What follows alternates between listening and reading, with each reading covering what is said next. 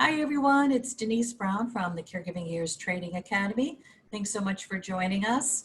Over the next few weeks, we're going to introduce you to our presenters that will be part of our very special event, Beginning Again Retreat. The virtual event takes place August 3rd through 7th, and it helps you as you heal after a family member's death.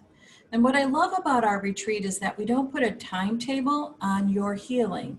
So if your family member died this week, this month, this decade, we invite you to join us. And part of what we're going to do is talk about your future. And I am honored to have two of our presenters join us today, Barry and Brian. Good morning. Hi, gentlemen. How are you today? Good morning, Denise. Great, thank you. So Brian, let's talk about your presentation. You're going to help us look into our future and think about what is it that we need to do financially and legally to be ready for our own future. Tell us a little bit about what you and Barry will discuss during your presentation.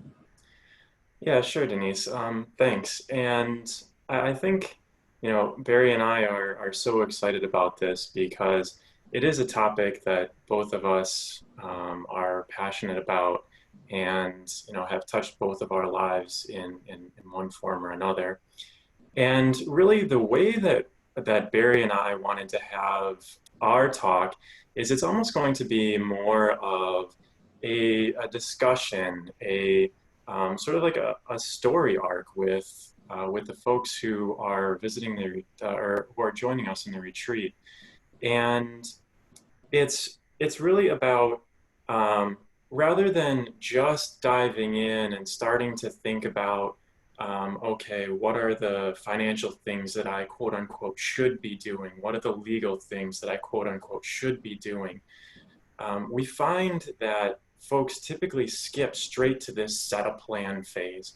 And oftentimes that's because of some things that are, that are sort of dictated by the way that we receive information. Like, websites we'll see it's like, oh, follow this easy, these 5 easy steps to to financial freedom, or use this simple calculator to know how much you need to save for retirement. And so we're going to take a couple steps back from that, and really sort of start at refocusing on what's important to us. And then we'll sort of make that slow transition then all the way to eventually setting a plan with financial tools, with legal tools, things like that. I love that. One of my reminders to myself, a catchphrase is every worry needs a plan. And I think that is similar to what you're talking about, this idea of what's important to us, what's keeping us up at night, what do we want to create?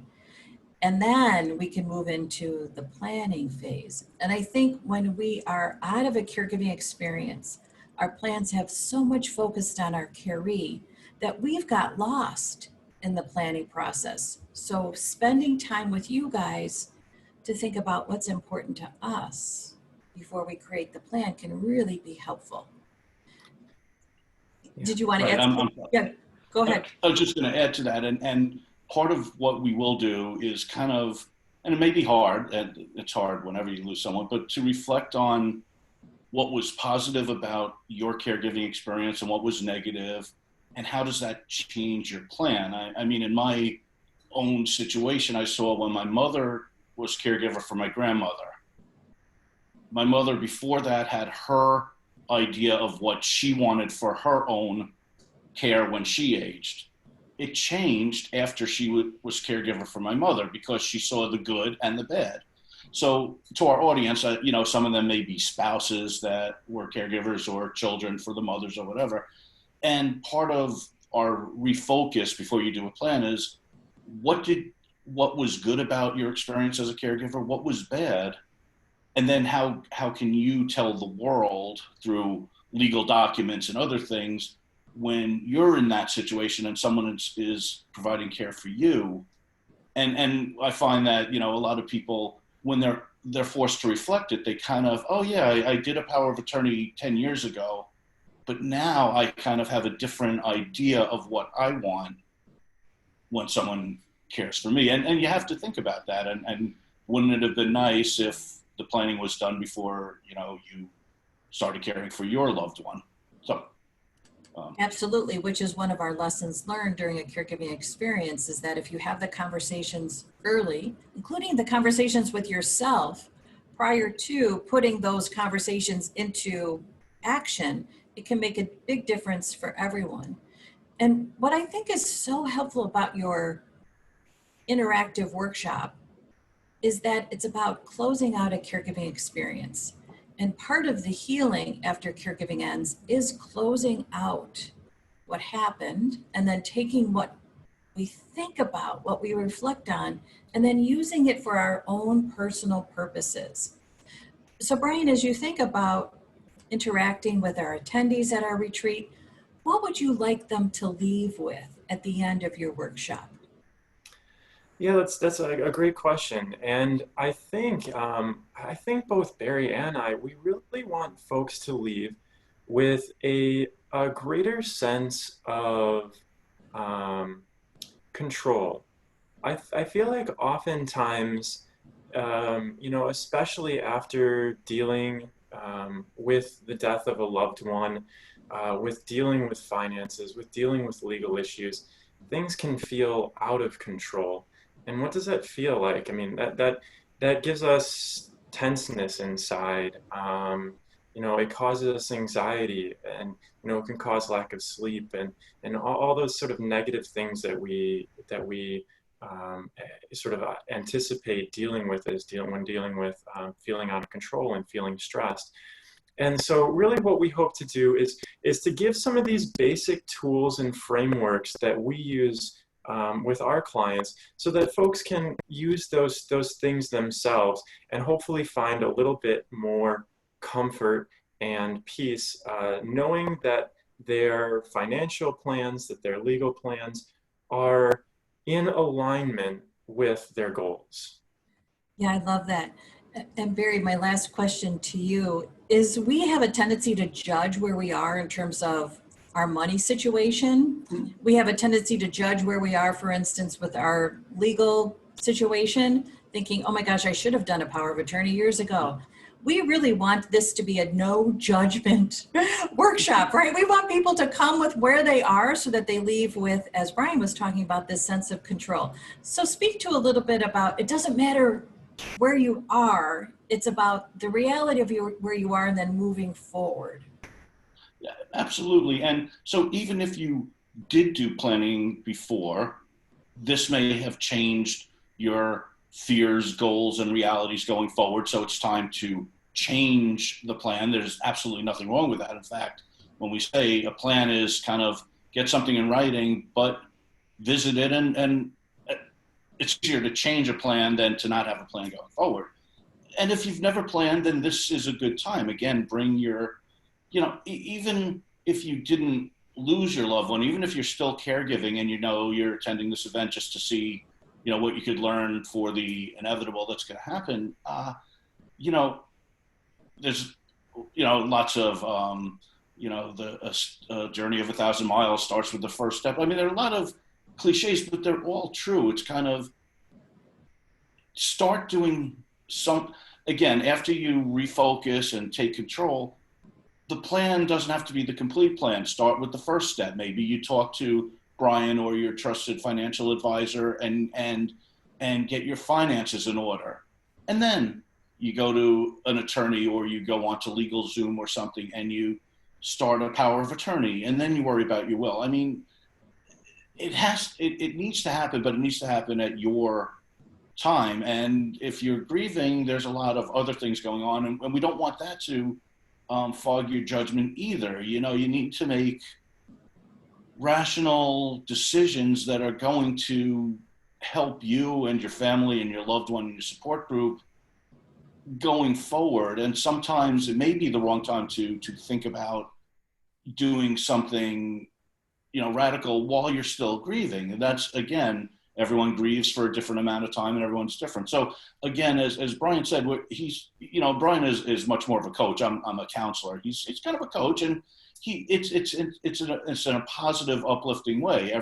If either of us were meeting with a client one-on-one, then we look into your situation. Here we're talking to a group of a lot of people. So we have to kind of bring it down to the generic, but it's like every one of you is unique, everyone is special, everyone has your own circumstances. So just kind of start, we're trying to think about taking control and then take control, and you'll feel better down the road once you know that you've kind of done it. So again, everyone's in a different place, and some people have done perfect planning before, but maybe this has changed it. And if you've never done planning, now's the time to take control and take control of your life. I also think we have a tendency to think, oh my gosh, but I don't think I have enough money to think about planning. It doesn't matter. You have enough. You are enough. And what this does is help you see that what you have is enough, and what you want to do is plan around what you want to do with enough of you.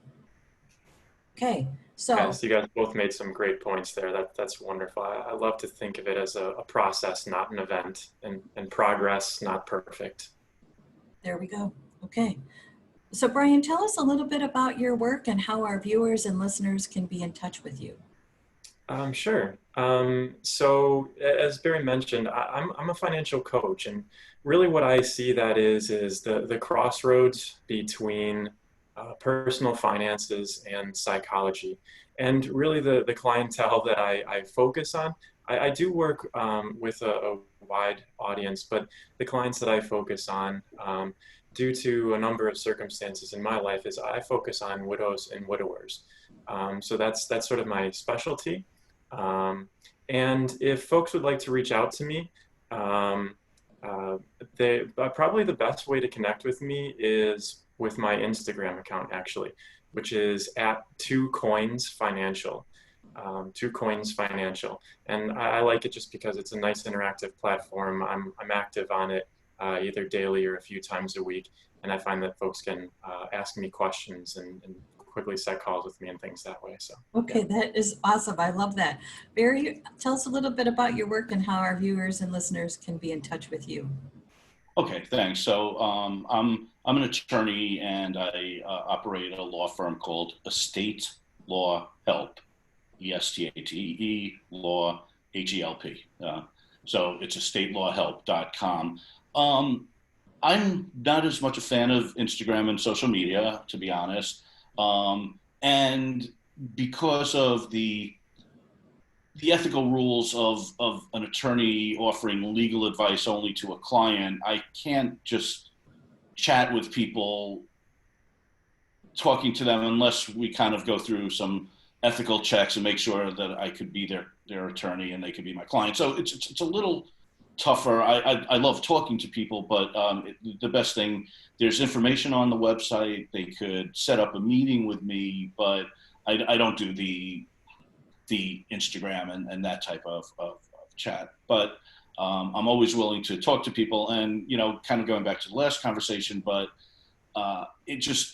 I find I always have two types of clients who come in for the planning: the ones who come in when times are good and we have lots of choices, or the people that come in during an emergency and there are a lot less choices and and it's a lot harder to make a decision. And so the point is, whenever you're comfortable, come in, talk to me, or talk to any other lawyer. I'm not, this is to provide general information and help people.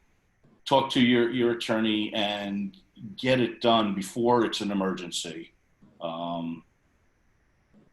That's pretty much what I could say. But I love helping to educate people. I spent 15 years as a law school professor. I love educating people so that they make informed decisions. I'm not trying to tell them what to do. I'm trying to tell them what tools are out there and what they can do and what's best for their situation. That's why I like working with Barry so much. He's a true professional, and really, I think all those professor instincts come out in him. He really educates well. Okay. All right, the test is coming. Thanks to both of you, Barry and Brian. So excited to have you part of our special event, Beginning Again Retreat. And just a reminder that you can go to careyearsacademy.com/retreat to find out more information about our agenda, meet the rest of our presenters, and then register. We'd love to have you join us. Again, it's virtual. You can join us throughout the week of August 3rd. Thanks everybody so much for listening and watching. I'm Denise Brown. Take care. Bye-bye.